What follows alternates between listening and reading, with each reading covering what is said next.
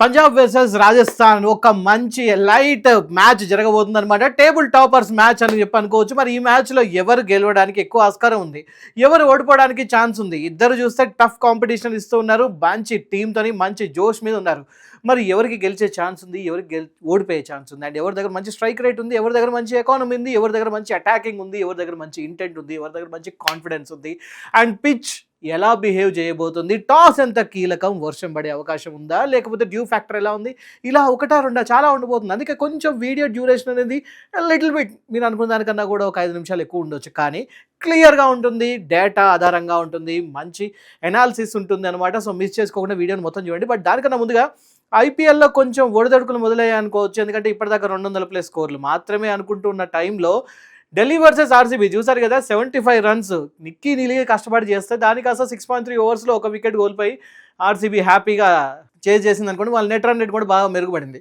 So మరి అలాంటి match ఇంకోటి జరిగే అవకాశం ఉందా, లేకపోతే ఇంకొక సూపర్ ఓవర్ జరుగుతుందా చూద్దాం.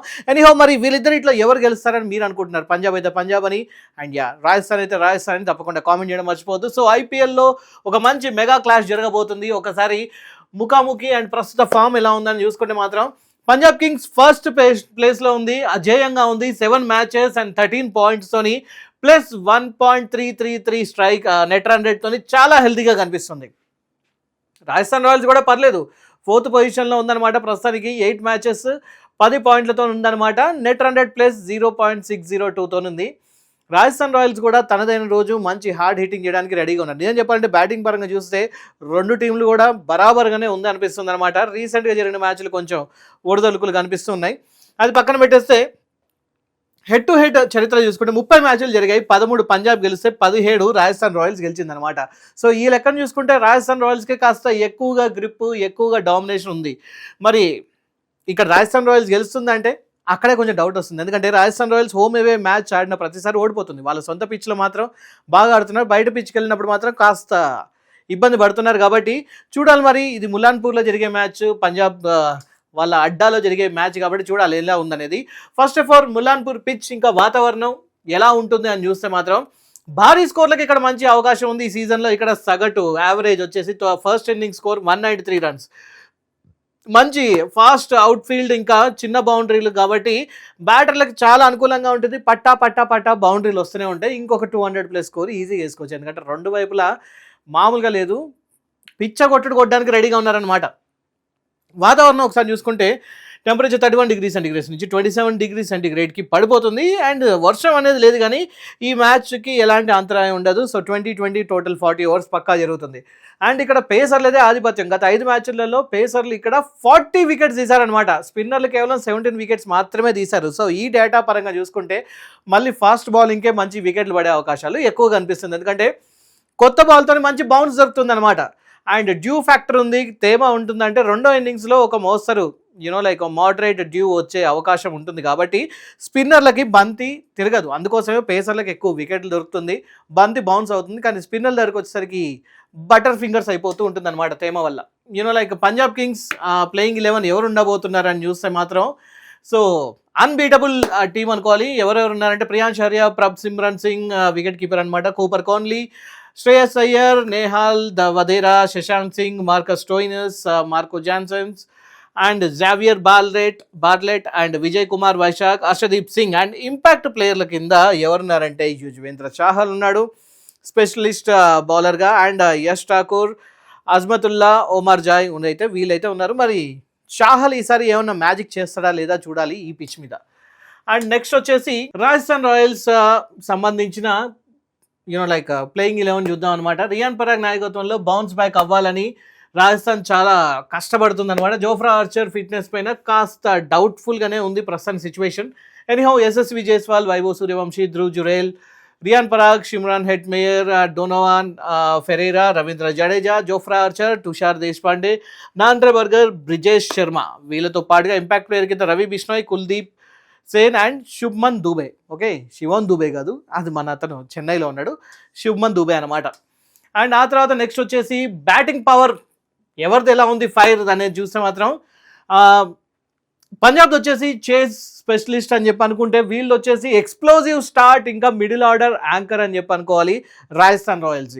పాయింట్ల పరంగా కొంచెం అటు ఇటుగా ఉన్నా మళ్ళీ చెప్తున్నాను, ఇక్కడ బ్యాటింగ్ ఎవరు బాగా చేస్తే వాళ్ళే గెలుస్తారు. బట్ ఓవరాల్గా స్ట్రైక్ రేట్ ఎలా ఉందనేది చూసుకుందాం ఒకసారి.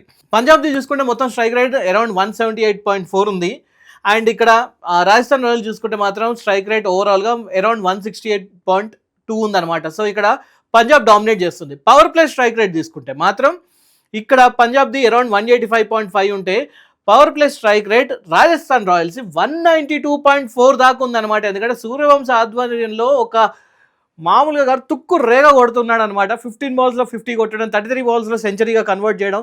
కాబట్టి ఎలా తీసుకున్నా కూడా స్ట్రైక్ రేట్ అనేది పవర్ ప్లేలో రాజస్థాన్ రాయల్స్కే ఎక్కువగా ఉంది. డెత్ ఓవర్ స్ట్రైక్ రేట్ దగ్గరకు వచ్చేసరికి మళ్ళీ పంజాబ్ది అరౌండ్ 205.2 ఉంది. ఇది burning death like strike rate అనుకోవచ్చు. అండ్ రాజస్థాన్ రాయల్స్ వచ్చేసరికి అరౌండ్ 175.5 ఉందన్నమాట. సో ఇక్కడ డెత్ ఓవర్లలో మాత్రం పంజాబ్ చుక్కలు చూపిస్తుంది, మామూలుగా కాదు, రక్త కన్నీరు అవతల బౌలర్స్కి. సో బ్యాటింగ్ యావరేజ్ చూసుకుంటే అరౌండ్ 42.5 ఉందన్నమాట. అండ్ ఇక్కడ ఏది పంజాబ్ది. అండ్ రాజస్థాన్ రాయల్స్ వచ్చేసి అరౌండ్ 36.8 మాత్రమే ఉంది. సో ఇక్కడ బ్యాటింగ్ యావరేజ్ పరంగా పంజాబ్ చాలా స్ట్రాంగ్గా ఉంది. 200+ స్కోర్లు 2026లో 4 సార్లు చేసింది పంజాబ్ ఇప్పటి వరకు. అండ్ రాజస్థాన్ రాయల్స్ వచ్చేసి 3 సార్లు చేసింది అనమాట. సో ఇది చూసాక లైక్ పవర్ ప్లే స్ట్రైక్ రేట్లో ఒకరు టాప్లో ఉంటే లైక్ రాజస్థాన్ రాయల్స్, పంజాబ్ వచ్చేసి డెత్ ఓవర్లలో మాత్రం చుక్కలు చూపిస్తూ ఉంది. సో ఎలా తీసుకున్నా కూడా ఇద్దరు కూడా ఒక మంచి బ్యాటింగ్ పవర్ ప్లేతోని చాలా స్ట్రాంగ్గా ఉన్నారు. చూడాలి మరి ఇది పిచ్ని ఎవరు బాగా యూటిలైజ్ చేసుకుంటారనేది. అండ్ పంజాబ్కి సంబంధించిన ఇంపార్టెంట్ బ్యాట్స్మెన్ ఎవరున్నారంటే obviously Prabh Simran Singh, the amazing batsmen. ఒక పంజాబ్కి ఒక దొరికిన ఒక డైమండ్ అని చెప్పి అనుకోవాలన్నమాట. 287 రన్ చేశాడు ఇప్పటికీ, అది కూడా 192.61 strike rate. That's really amazing. 31 4లు కొట్టాడు, 16 6లు కొట్టాడు ఇప్పటికీ. సో ఎలా తీసుకున్నా కూడా మంచి స్ట్రైక్ రేట్తోని ఈ సీజన్ మొత్తం ఆడుతున్నాడు అనమాట. అండ్ పవర్ ప్లేలో అగ్రెసివ్ ఓపెనర్ అని చెప్పి అనుకోవాలి. ఈ సీజన్లో 3 హాఫ్ సెంచరీలు కొట్టాడు. అండ్ శ్రేయస్ అయ్యర్ సంగతి చూసుకుంటే కెప్టెన్ 279 రన్స్ చేశాడు, అది కూడా 186.0 స్ట్రైక్ రేట్తోని. 17 4లు కొట్టాడు, 21 6లు కొట్టాడు. ఒక రకంగా చెప్పాలంటే 6లకి మాస్టర్ అని చెప్పి అనుకోవాలి. 69.75 యావరేజ్తో మిడిల్ ఆర్డర్కు ఒక మంచి ఆయుపట్టుగా ఉన్నాడు అనమాట. 4 హాఫ్ సెంచరీలు చేశాడు, అద్దర కొడుతూ ఉన్నాడు. అండ్ ప్రియాంష్ ఆర్య గురించి మాట్లాడుకుంటే 254 రన్స్ చేశాడు, 249.01 స్ట్రైక్ రేట్తో. This is amazing strike rate. 16 4లు కొట్టాడు, 25 6లు కొట్టాడు. కాబట్టి ప్రియాంష్ ఆర్య కనుక కుదురుకుంటే మాత్రం స్ట్రైక్ రేట్ ఒక రేంజ్లోకి వెళ్ళిపోతుంది అనమాట. అండ్ సిక్సర్లు కూడా ఒక రేంజ్లో కొట్టిన ఆటగాడు అని చెప్పి అనుకోవాలి. కూపర్ కాన్లీ కూడా చూసుకుంటే 240 రన్ చేశాడు, 164.38 స్ట్రైక్ రేట్తోని. పర్లేదు, ఎబో యావరేజ్తో బాగానే ఆడుతున్నాడు. 22 4లు కొట్టాడు, 15 6లు కొట్టాడు. ఎల్ఎస్జీ మీద 87 రన్స్ సాధించిన ఎక్స్ప్లోజివ్ బ్యాటర్ అని చెప్పి అనుకోవాలన్నమాట. సో ఇలాంటి ఒక బ్యాట్స్మెన్ని ఆర్ఆర్ బౌలింగ్ ఎలా ఎదుర్కోబోతుంది అనేది ఇప్పుడు పెద్ద క్వశ్చన్ అనమాట. అండ్ నెక్స్ట్ వచ్చేసి రాజస్థాన్ రాయల్స్కి సంబంధించిన ఇంపార్టెంట్ బ్యాట్స్మెన్స్ ఎవరున్నారు అని చూస్తే మాత్రం ఆబ్వియస్లీ వైభవ్ సూర్యవంశీ 357 రన్స్ చేశాడు, 234.86 స్ట్రైక్ రేట్తోని. 31 4లు కొట్టాడు, 32 6లు కొట్టాడు. 4లని 6లని ఈక్వల్గా బాదుతూ ఉన్నాడు అనమాట. ఏది తక్కువ ఏది ఎక్కువ కాదనమాట. మొత్తానికైతే 37 బంతుల్లోనే సెంచరీ మొన్న రీసెంట్గా చేశాడు. అండ్ జట్టులో అత్యధిక సిక్సర్లు కొట్టిన వీరుడు, ధీరుడు, వన్ అండ్ ఓన్లీ బాహుబలి అని చెప్పి అనుకోవాలి. Just 15 years but explosive person అని చెప్పి అనుకోవాలి. అండ్ ఎస్ఎస్వి జైస్వాల్ గురించి మాట్లాడుకుంటే 255 రన్ చేశాడు ఇప్పటికీ, 153.61 స్ట్రైక్ రేట్తో. 29 4లు, 12 6లు కొట్టాడు, 42.50 యావరేజ్తో. ఒక మంచి కన్సిస్టెంట్గా ఒక ట్రస్టింగ్ బ్యాట్స్మెన్, ఓపెనర్గా మంచిగా ఆడుతున్నాడు, రాణిస్తున్నాడు. ధ్రువ్ జురేల్ గురించి కూడా మాట్లాడుకోవాలి. 232 రన్స్ చేశాడు, 163.38 స్ట్రైక్ రేట్తోని. 25 4లు కొట్టాడు, 9 సిక్సర్లు కొట్టాడు. ఇప్పటికీ మిడిల్ ఆర్డర్లో అత్యంత ఇంపార్టెంట్ ప్లేయర్ అని చెప్పి అనుకోవాలి, కీ ప్లేయర్ అనుకోవాలన్నమాట. 3 హాఫ్ సెంచరీలు చేశాడు. టీంకి ఎప్పుడు అవసరం ఉంటే అప్పుడు మిడిల్ ఆర్డర్లో చాలా చక్కటి స్కోర్ చేస్తూ డెత్ ఓవర్ దగ్గర తీసుకెళ్లేసరికి మంచి స్కోర్స్ అక్కడ రెడీగా లైక్ స్కోర్ బోర్డ్ మీద పెడుతున్నాడు. ఆ తర్వాత రవీంద్ర జడేజా జడ్డు 132 రన్ చేశాడు ఇప్పటికీ, 128.15 స్ట్రైక్ రేట్తో. 11 4లు, 1 6లు కొట్టాడు అనమాట. లోయర్ ఆర్డర్లో స్టెబిలిటీ ఇస్తూ 66 లైక్ యావరేజ్ని మెయింటైన్ చేస్తూ ఒక మంచి ఆల్రౌండర్గా ఉన్నాడు అనమాట. సో టీంకి ఎప్పుడు కష్టం వచ్చినా, వికెట్లు టపా పడ్డా కూడా నేనున్నా అని చెప్పేసి ఒక మంచి ఎక్స్పీరియన్స్డ్ బ్యాట్స్మెన్ ఎలా అయితే ఆడతాడో, ఒక ప్లేయర్ ఎలా అయితే ఉంటాడో అలా బిహేవ్ చేస్తూ ఉన్నాడు. సో వీళ్ళతోటి చాలా స్ట్రాంగ్గా ఉంది. బట్ ఎక్కడో చూస్తే మాత్రం బ్యాటింగ్ పరంగా ఒక లైక్ వైభవ్ సూర్యవంశీ, ఎస్ఎస్వి జైస్వాల్ తప్ప మిగతా వాళ్ళందరూ కూడా పంజాబ్తో పోలిస్తే వెనకబడ్డట్టే అనిపిస్తుంది అనమాట. అండ్ బౌలింగ్ ఆల్టర్నేటివ్ చూసుకుంటే మాత్రం వికెట్ టేకింగ్ వర్సెస్ ఎకానమీ అనమాట. పంజాబ్ సంగతి చూసుకుంటే మాత్రం around like average wicket taking చేస్తున్న హర్షదీప్ సింగ్ కొత్త బంతితో మంచి స్వింగ్ రాబడుతున్నాడు. బట్ లైక్ ముఖ్యంగా పంజాబ్ తరపున 100 వికెట్లు తీసిన మొదటి బౌలర్ అని చెప్పి అనుకోవాలి.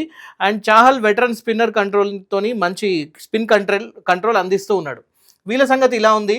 And at the same time like Rajasthan Royals వాళ్ళ బౌలింగ్ ఎలా ఉంది అనుకుంటే మాత్రం చాలా బలమైన ఎలైట్ పేస్ అటాక్ వీళ్ళ దగ్గర ఉంది. జోఫ్రా ఆర్చర్ పర్పుల్ క్యాప్ రేస్లో ముందున్నాడు అనమాట. అండ్ బర్గర్ కూడా పేస్కు తోడుగా లైక్ బిష్నోయ్, జడేజాల వరల్డ్ క్లాస్ స్పిన్ వీళ్ళ దగ్గర ఉంది.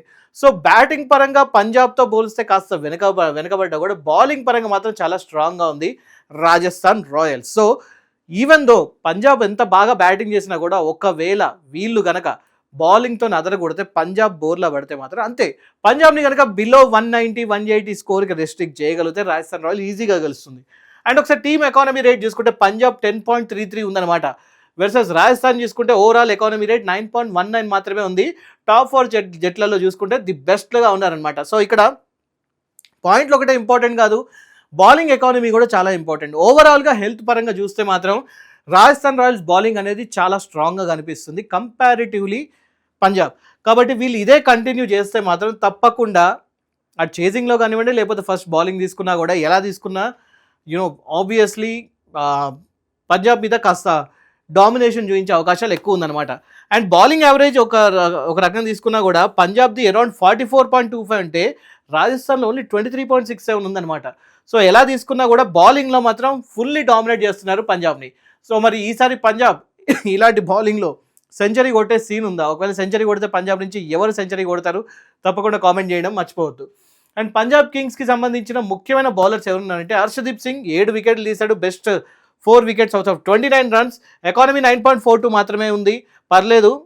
అండ్ బౌలింగ్ పరంగా చూసుకుంటే మాత్రం ఒక స్పియర్ హెడ్ అని చెప్పి అనుకోవాలి. చాలా చక్కటి బౌలింగ్తోనే అటాక్తోని స్టార్టింగ్లోనే వికెట్లు తీయడానికి రెడీగా ఉన్నాడు. అండ్ విజయ్ కుమార్ వైశాఖ్ కూడా 6 వికెట్లు తీశాడు, బెస్ట్ 3 out of 34 రన్స్ చేశాడు. ఎకానమీ చూసుకుంటే 9.15 ఉందన్నమాట.